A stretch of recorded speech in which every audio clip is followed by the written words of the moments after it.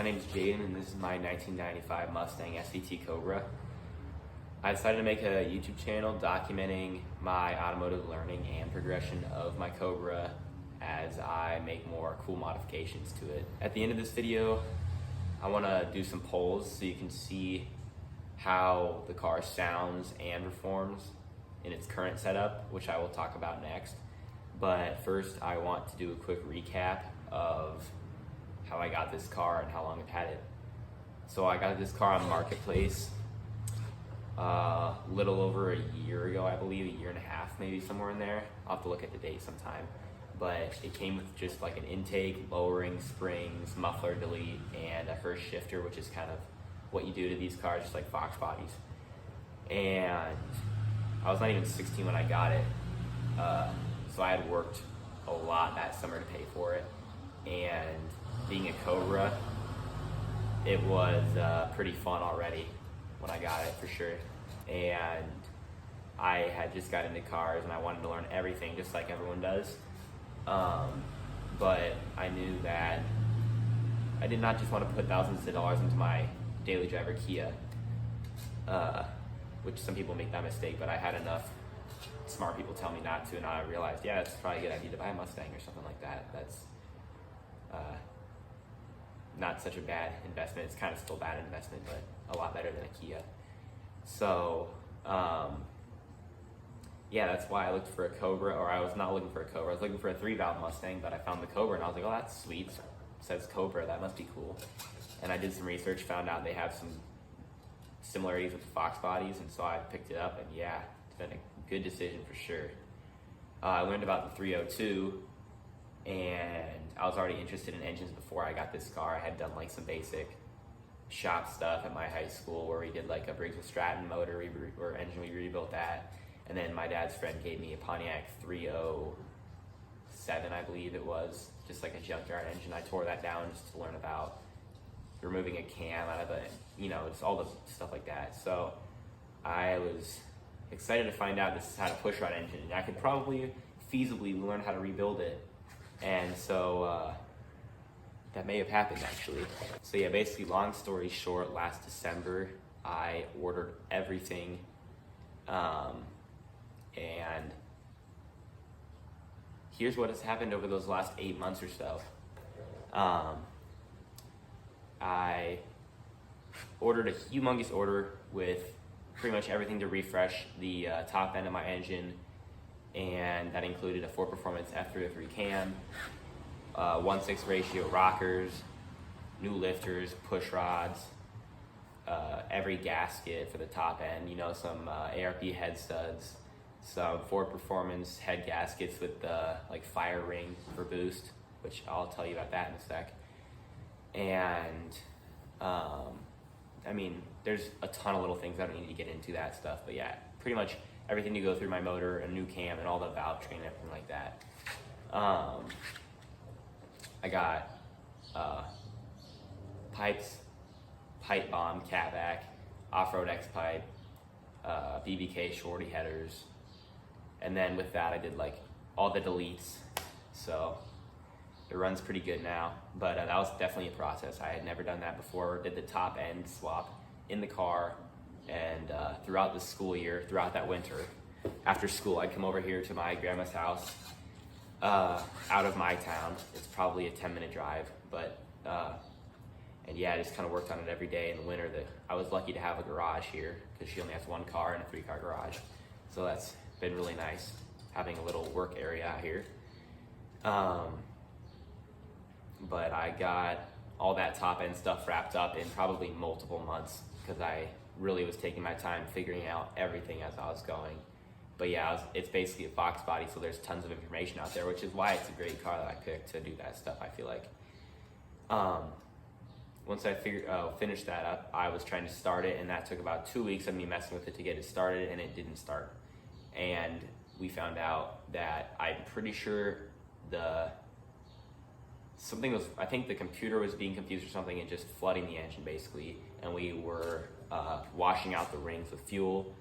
So it had like 70 or 80 like leak down, or whatever you say. It had like no compression, a lot of leakage.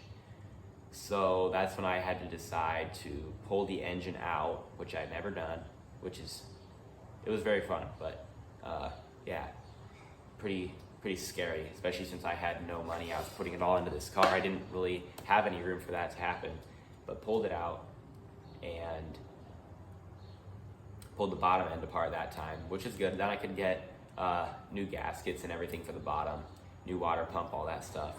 Yeah, got new piston rings, and I think they came pretty much with a perfect gap already for a little bit bigger than stock, which is fine because I'm gonna put a On3 turbo kit on it this winter. So I was measured all the rings, so they're good, and then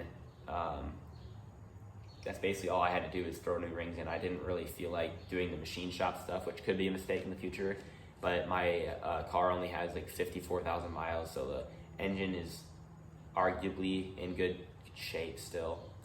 So yeah, it still had some cross hatching in there, and it looked pretty good. And based on how it runs, I'm not too worried about it. But yeah, I put some Clevite rod bearings, the new rings, and went to go throw it back together. And when I was torquing the rod bolts to the spec, they weren't even at the spec yet, and they were all just stretching, and one of them snapped, and they were all gonna snap. So I pulled it back apart and got ARP rod bolts, and then after that it was fine. I put it all back together, and I also refreshed the head, so the whole engine's pretty nice. It's gone through now, which is good. Yeah, once I threw it back in there, boom, starts right up. It had compression, so yeah, we made sure to figure out the fuel issues before that point to make sure I didn't wash them out again. But yeah, it went good after that for sure. It was on the stock computer for about 2 weeks, because I had also ordered a Mega Squirt standalone, which is the plug and play kit from Late Model Restoration. I ordered that same time with all the engine parts, been sitting around for a while. Got it running, which is always the plan. Put that thing in, and also that winter at school, I bought a HPA tuning course to learn how to tune, and bought a laptop. Put that thing in about a month ago, and I would say I definitely did learn a lot. I'm excited to learn a lot more about tuning for sure. That's something I'm really interested in now. But it does run pretty good now, which I'm very proud of, that I tuned it myself. That was definitely a process. It's still a process. It's not quite perfect yet, but it almost runs like normal, which I'm happy about. And yeah, with everything I've done now, it's very fun to drive for sure. Yeah, but future plans real quick for this car. This winter, putting a new clutch, and either I'm gonna do fuel pump and then the wiring kit for that big pump, which I'm debating buying it or maybe just making my own wiring kit, and then probably 60-pound injectors, and I'm probably gonna put it on ethanol at some point just to learn how to tune that side of it. But for now, it's just gonna be on 91. But yeah, and then a turbo kit, which I mentioned earlier. That's the main reason I need to do all that other supporting stuff. But the motor's kind of gone through now for that, so it's got the studs, the gaskets, all that. So it's good. It's good to go now. And yeah, hopefully this YouTube channel can kind of be interesting, I guess, for someone. I don't know. I'm assuming some people would find it interesting because I'm trying to make it how I would enjoy to watch it, which I definitely had to use YouTube to help me out for sure over this last year. So I'm trying to make this YouTube channel interesting to some extent. But yeah, that turbo is going to come this winter for sure, and then all that other fun stuff to go with it. But in the meantime, I just have to work a lot to pay for that fun stuff. So I might not have a ton of videos in the next few months, but I'll try and get a couple up just about different things I'm trying to learn. And I forgot to mention I just did 355 gears too, which helped a lot. The Cobras came with 308s and 355s. Feel awesome, especially just drivability with the torque. Wanted to just show everything I've done, so there's no confusion in any of my future videos. And yeah, I just figured it'd be best if I just kind of said it all now instead of explaining little things later on. You can just go back and watch this video. Let's just go have some fun.